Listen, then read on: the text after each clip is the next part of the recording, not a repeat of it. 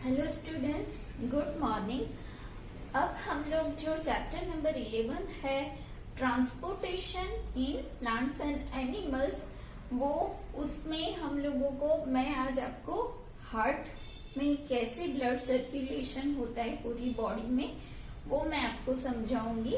यहाँ पे मैंने हार्ट की फिगर ड्रॉ की है और ये बॉक्स डायग्राम जैसा है, तो इससे आपको पता चलेगा कि ब्लड सर्कुलेशन पूरी बॉडी में किस तरीके से होता है। तो सबसे पहले उसका इंटरनल स्ट्रक्चर क्या है हार्ट का, वो देखेंगे।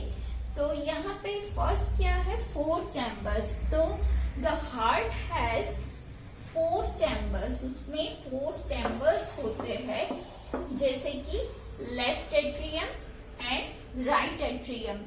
यानी कि एट्रिया होता है, 2 एट्रिया है और 2 वेंट्रिकल्स है। जो लेफ्ट साइड में है वो है left atrium and left ventricle. Right side में right atrium and right ventricle. ऐसे यहाँ पे हार्ट में 4 चैम्बर्स होते हैं और बीच में एक मसल्स का यहाँ एक वॉल होती है मसल्स की, जो ये हार्ट के दोनों पार्ट को 2 पार्ट ऐसे लेफ्ट एंड राइट पार्ट में डिवाइड करता है। उसके बाद यहाँ पे राइट साइड यानी कि राइट एट्रियम और राइट वेंट्रिकल के बीच में ट्राइकस्पीड वाल्व होता है और यहाँ पे लेफ्ट एट्रियम और लेफ्ट वेंट्रिकल के बीच में बाइकस्पीड वाल्व होता है। तो यहाँ पे ब्लड भरता है और फिर वो ट्रांसफर होके वेंट्रिकल में आता है। बिल्कुल इसके थ्रू एक बार ये भर जाए तो ये वाल्व बंद हो जाता है, फिर पूरा इसमें ब्लड आ जाता है। तो 2 lower chambers are ventricles. Septum, जो ये बीच का मसल्स का यहाँ पे कर्टेन है, तो उसको हम क्या कहते हैं, septum. Septum divides it into 2 left and right part. यहाँ पे राइट और लेफ्ट पार्ट, यहाँ बीच में जो है वो है सेप्टम। वो 2 पार्ट में उसको डिवाइड करता है। Tricuspid valve occurs between right atrium and right ventricle. Right atrium और राइट वेंट्रिकल के बीच में जो वाल्व है उसे हम ट्राइकस्पीड वाल्व कहते हैं और ये दोनों के बीच में जो है वो है बाइकस्पीड वाल्व। तो यहाँ पे ये उसका एक इंटरनल स्ट्रक्चर है कि ऐसे हार्ट के अंदर 4 चैम्बर्स होते हैं। अब यहाँ पे ब्लड का सर्कुलेशन कैसे होता है, तो हमें ये पता है कि हमारी बॉडी में आर्टरी है, वेन्स है, कैपिलरीज है, उसके थ्रू ब्लड सर्कुलेशन बॉडी में होता है, हार्ट में होता है।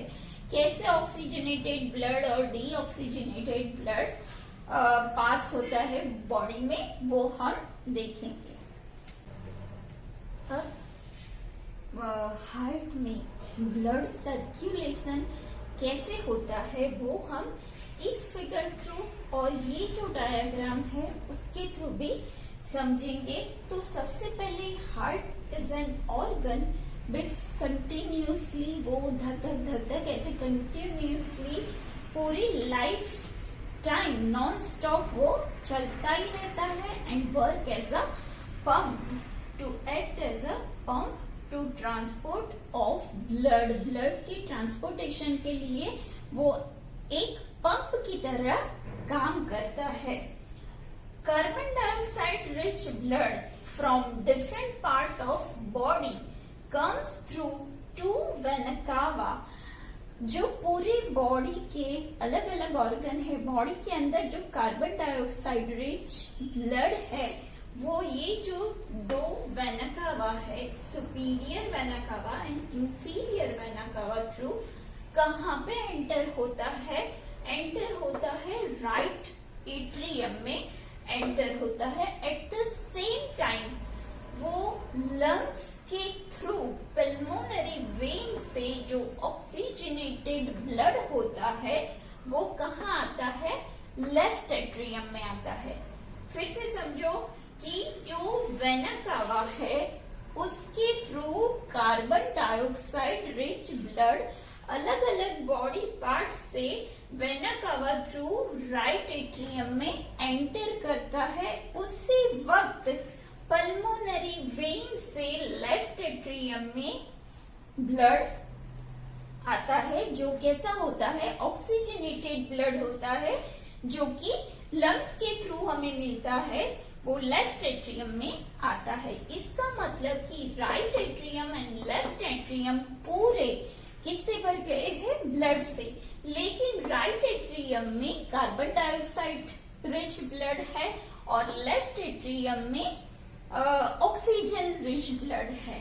अब क्या होता है, ये दोनों जो जब कॉन्ट्रैक्ट करते हैं, पूरे भर जाते हैं, तो कॉन्ट्रैक्ट मतलब उस पे एक दबाव बनता है। उस टाइम पे यहाँ पे जो दो वाल है, लेफ्ट एट्रियम और लेफ्ट वेंट्रिकल के बीच में बाइकस्पीड वाल है, और यहाँ पे जो ट्राइकस्पीड वाल है वो ओपन होता है, और यहाँ से ब्लड कहाँ आता है, लेफ्ट वेंट्रिकल में, और यहाँ से राइट वेंट्रिकल में ब्लड आता है, और वापस ये कस्पीड वाल जो है वो बंद हो जाता है। अब क्या होता है, तो यहाँ तक हम लोगों ने सीखा कि oxygen rich blood brought by pulmonary veins के थ्रू आता है from both lungs, is poured into left atrium, उसके बाद लेफ्ट वेंट्रिकल में जाता है। Now when the two atria contract, blood from right atrium passes into the right ventricle, यहाँ right atrium से right ventricle में और left atrium से left ventricle में blood आता है। इसका मतलब कि अब ये दोनों क्या हो गए, पूरे भर गए हैं। तो फिर से राइट वेंट्रिकल और लेफ्ट वेंट्रिकल में क्या होगा, कॉन्ट्रैक्ट होगा। तो क्या होगा, ब्लड यहाँ राइट वेंट्रिकल से कहा जाएगा, वो जाएगा पल्मोनरी आर्टरी में। कहा जाएगा, पल्मोनरी आर्टरी में। Carbon dioxide rich blood from right ventricle goes to lungs, वो वापस कहा जाएगा, लंग्स में। किसके थ्रू जाएगा, तो पल्मोनरी आर्टरी के थ्रू जाएगा। क्यों, क्योंकि राइट वेंट्रिकल में कैसा ब्लड है, कार्बन डाइऑक्साइड रिच ब्लड यानी कि डीऑक्सीजनेटेड ब्लड है, और लेफ्ट वेंट्रिकल में ऑक्सीजनेटेड ब्लड है। तो जब कॉन्ट्रैक्ट होता है तो वो ब्लड कहाँ जाता है, वो ब्लड जाता है अयोटा थ्रू, पूरे बाहर निकल जाता है, और वो कैसा ब्लड होता है, ऑक्सीजन रिच ब्लड होता है। तो अयोटा थ्रू वो हमारे बॉडी के अलग अलग ऑर्गन के पास जाता है। तो वो सारे ऑर्गन क्या करते हैं, उसके अंदर से ऑक्सीजन को ले लेते हैं, और वापिस वो ब्लड कैसा हो जाता है, वो ब्लड हो जाता है वो ब्लड हो जाता है कार्बन डाइऑक्साइड रिच ब्लड। तो वापिस वो कहाँ आता है, वेनिकोवा थ्रू, फिर से वेनिकावा थ्रू राइट एट्रियम में आता है। ऐसे कंटिन्यूसली यहाँ प्रोसेस होता रहता है। देखो, फिर से एक बार बोल रही हूँ कि हमारे बॉडी के अलग अलग पार्ट में कार्बन डाइऑक्साइड रिच ब्लड यानी कि डीऑक्सीजनेटेड ब्लड जो होता है, वो ये दो वेनिकावा है, एक सुपीरियर वेनिकावा और inferior vena cava through carbon dioxide rich blood कहाँ जाता है, राइट एट्रियम में जाता है। At the same time pulmonary vein से लंग्स में जो ऑक्सीजनेटेड ब्लड है वो पल्मोनरी वेन से कहाँ आता है, लेफ्ट एट्रियम में। यानी कि अब राइट एट्रियम और लेफ्ट एट्रियम दोनों में ब्लड है। राइट साइड में है कार्बन डाइऑक्साइड रिच ब्लड और लेफ्ट एट्रियम में है ऑक्सीजन रिच ब्लड। अब ये दोनों एट्रियम क्या करते हैं, कॉन्ट्रैक्ट करते हैं। उस टाइम पे क्या होता है, ये दोनों का स्पीड है वो ओपन होते हैं और ब्लड लेफ्ट एट्रियम से लेफ्ट वेंट्रिकल में आता है और राइट एट्रियम में से राइट वेंट्रिकल में आता है। लेकिन राइट वेंट्रिकल का ब्लड जो है वो कार्बन डाइऑक्साइड रिच ब्लड है, जो कहाँ जाता है, वो जाता है पल्मोनरी आर्टरी में। पल्मोनरी आर्टरी से वो ब्लड वापस कहाँ चला जाएगा, तो वो चला जाएगा लंग्स में। तो ऐसे फिर यहाँ लेफ्ट वेंट्रिकल में कैसा ब्लड है, ऑक्सीजन रिच ब्लड, जो कि किसके साथ कनेक्टेड है, अयोटा के साथ। तो ऑक्सीजनेटेड ब्लड अयोटा थ्रू बाहर निकल के बॉडी के अलग अलग पार्ट में चला जाएगा। तो ऐसे यहाँ कंटिन्यूसली प्रोसेस होती रहती है। ये जो मैंने डीऑक्सीजनेटेड ब्लड लिखा है वो किसका लिखा है, वेना कावा का। वेना कावा थ्रू वो राइट एट्रियम में जाता है, एंटर करता है। अब ये पूरा मैंने आपको हार्ट का फंक्शन समझाया और कैसे कहाँ जाता है, वो पूरा अंदर का जो कटआउट है उससे हमें पता चलता है। अब ये आप डायग्राम थ्रू भी समझ सकते हो। देखो यहाँ पे क्या है, लंग्स है। लंग्स में जो ऑक्सीजनेटेड ब्लड है वो अंदर जाता है और यहाँ पे क्या है, ये ऑर्गन में से कैपिलरी है, अलग अलग क्या बनी है, कैपिलरी।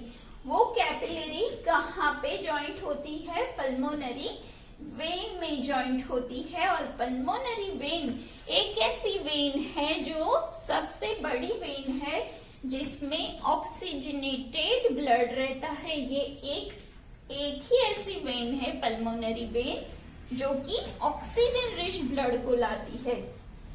तो वहां से ऑक्सीजनेटेड ब्लड कहाँ आता है, लेफ्ट एट्रियम में। लेफ्ट एट्रियम में क्या होता है, बाइकस्पिड वाल्व के थ्रू वो लेफ्ट वेंट्रिकल में जाता है। लेफ्ट वेंट्रिकल में से वो निकलकर मेन आर्टरी थ्रू आगे बढ़ता है और यहाँ पे अलग अलग कैपिलरीज में ये जो आर्टरी है वो डिवाइड होती है और यहाँ पे हमारी सारी जो कैपिलरीज है वो अलग अलग बॉडी ऑर्गन के साथ कनेक्टेड है, जैसे कि हेड, चेस्ट, लेग्स, सबके साथ अलग अलग बॉडी ऑर्गन के साथ जॉइंट होती है। तो यहाँ पे जो ऑक्सीजनेटेड ब्लड आता है वो अलग अलग पार्ट में चला जाता है। फिर सब ऑर्गन ऑक्सीजन का यूज करते हैं अलग अलग फंक्शन के लिए, तो ऑक्सीजन वो लोग यूज कर लेते हैं और बाकी जो ब्लड रहता है वो कैसा हो जाएगा, डीऑक्सीजनेटेड ब्लड रह जाएगा, जो आगे जाएगा और कहाँ पहुंचेगा, वो राइट एट्रियम में। राइट एट्रियम में से वो जाता है राइट वेंट्रिकल में। उसके बाद वो क्या कहाँ पे आगे जाएगा, पल्मोनरी आर्टरी में। तो राइट वेंट्रिकल से कैसा ब्लड आता है, कार्बन डाइऑक्साइड रिच ब्लड। वो आगे जाके वापस कैपिलरीज में डिवाइड होके CO2 यानी कि कार्बन डाइऑक्साइड बाहर निकल जाता है और वापस वो ऑक्सीजन को लेके लंग्स में ऑक्सीजन वाला ब्लड लेके वापस वो ही प्रोसेस यहाँ पे होती है। ऐसे हमारे हार्ट में कंटिन्यूसली ये प्रोसेस होती रहती है और हमारा हार्ट पूरी लाइफ बिना रुके कंटिन्यूसली वर्क करता है एज अ पंप। तो यहाँ पे कॉन्ट्रैक्शन और रिलैक्सेशन थ्रू कंटिन्यूसली हार्ट दुब दुब करता है। तो ये आज हम लोगों ने हार्ट सीखा, ये उसकी फिगर है, ये डायग्राम है। इससे आप बहुत इजीली समझ पाओगे। आगे हम लोगों ने उसके बॉडी पार्ट कैसे अंदर का कैसा होता है, पूरा स्ट्रक्चर वो देखा और ये कैसे फंक्शन करता है हार्ट, वो भी देखा। तो आज के वीडियो में बस इतना। नेक्स्ट वीडियो में हम और नए टॉपिक के साथ मिलेंगे। Till then bye bye.